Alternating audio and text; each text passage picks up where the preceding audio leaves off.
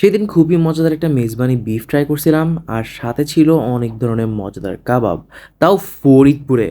তো আজকে আমরা গেছিলাম ফরিদপুরের দাওয়াত রেস্টুরেন্টে, যেটা লোকেশন হচ্ছে ফরিদপুর পুলিশ স্টেশনের সামনে বাড়ি প্লাজার নিচে।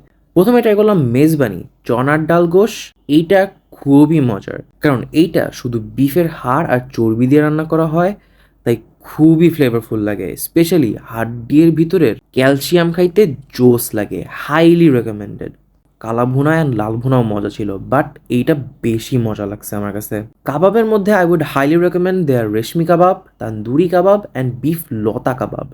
রেশমি কাবাবটা খুবই মজার, কারণ মিল্কি বাটারি টেস্টের সাথে উপরে ক্রিম দেওয়াতে হালকা টকটক লাগে, যেটা এই কাবাবটাকে পুরো অন্য লেভেলে নিয়ে যায় ভাই। Seriously this is so good. Tandoori kebab usually অনেক ড্রাই অ্যান্ড শক্ত হয়, বাট এইটা একদম স্মোকি, সফট অ্যান্ড জুসি ছিল। বিফ কাবাবের মধ্যে লতা কাবাবটা বেস্ট ছিল। মুরগ মাখনি-এর দাম 200 থেকে 250 টাকার মতো, সেই অনুযায়ী ঠিকই আছে, but it has more room for improvement. আর লাস্টলি ভাই, ডোন্ট স্কিপ দেয়ার টক দই।